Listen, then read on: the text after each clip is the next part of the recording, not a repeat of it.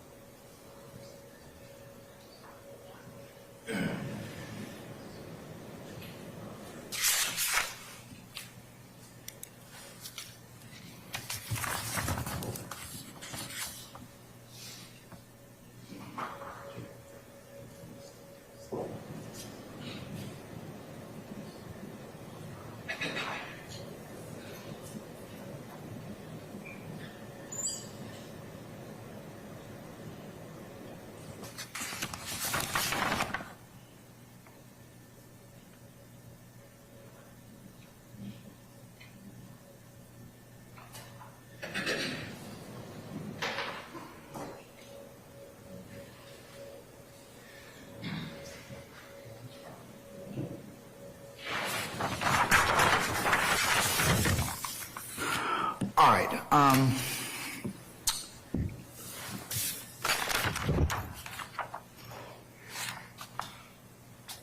Under Ayala versus the state, or pursuant to Ayala versus the state decision by the Supreme Court of Georgia and its progeny going forward, decided February the 5th of 1993, cited at 262 Georgia 704. It's still our seminal case in Georgia in regards to the nature of bond. Of course, a trial court may release a person on bail if the court finds a person, one, poses no significant risk of flight from the jurisdiction of the court or failing to appear in court when required. Two, poses no significant threat or danger to any person, to the community, or property in the community. Three, poses no significant risk of committing any felony pending trial. And four, poses no significant risk of intimidating witnesses or otherwise obstruction the administration of justice. And that's OCGA 17-6-1 Echo. It requires the trial court to explain its reasons for the denial of bond to assist in appellate review. That's Lane at 247 Georgia 389. The granting or denial of bail will not be set aside unless there's a manifest and flagrant abuse of discretion, and that's a very old case, Jernigan versus the state, 118 Georgia 307, pinpoint 308, 1903. Ayala requires, and we all know this, and this has been stated in earlier hearings, that the defendant has the burden of coming forward initially with evidence to show that he or she poses, no significant risk of fleeing, threatening the community, committing another crime, or intimidating witness. This burden of production means that the person charged with murder must present evidence of the bond hearing on the factors that indicate roots in the community, which Mr. Williams has done on prior occasions. These factors include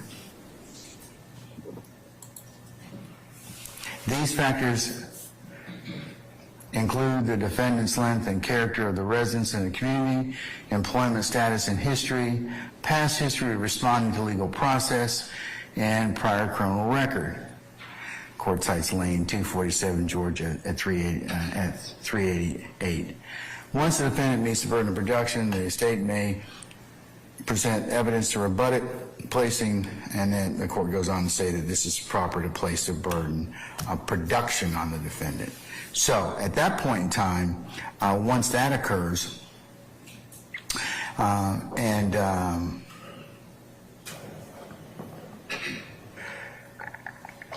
to protect the presumption of innocence, Ayala goes on to say the state has the burden of persuasion in convincing the Superior Court that the defendant is not entitled to pretrial release.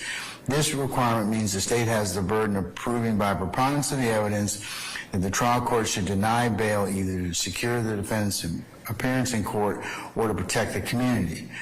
Depending on the quality of the defendant's evidence, the state may not need to present any evidence to carry its burden of persuasion. So I have determined in this case that Mr. Williams has in fact met the preliminary standards to show that he has ties to the community and roots in the community. And I find that his employment status and history. Man, like I always tell y'all, bro, trouble easy to get in, but it's hard to get out, bro. Like this, at this point, I ain't gonna lie. Would that judge keep denying Young Thug, and the way that judge was talking, because I watched the entire bond, the motion hearing for the bond. Bro, he on the state side, bro. That judge is definitely on the state side. I don't know. They got a fucked up judge.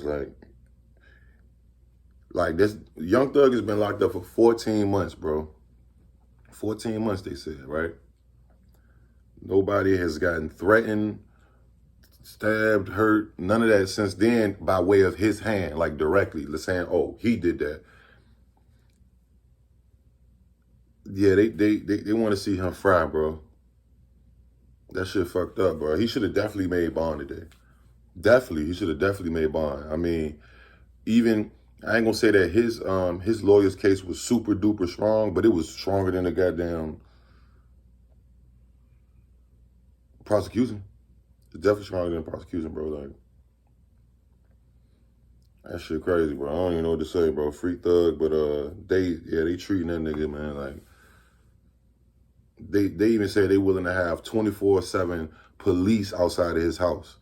They even said he wouldn't even have to, he can't have any electronic devices in his house. Like, what more security y'all need? He ain't gonna be able to do nothing. The police gonna be outside his house. You feel me? Like, if he did, I don't think he would do nothing anyway. But trouble, easy to get in, hard to get out, man. Y'all let me know what y'all think. Like, comment, subscribe, notification bell, I'm gone. Yeah. I'm smoking gas, feel like I cute. Feel like I cute. Bitch, I'm smoking gas, I feel like I cute. I feel like I cute. Bitch, I'm smoking gas, I feel like I cute. Yeah. I feel like I cute. Bitch, I'm smoking gas, I feel like I cute. Yeah. I feel like I cute. I'm sipping that red solo like I cute. Yeah. I got all these bitches on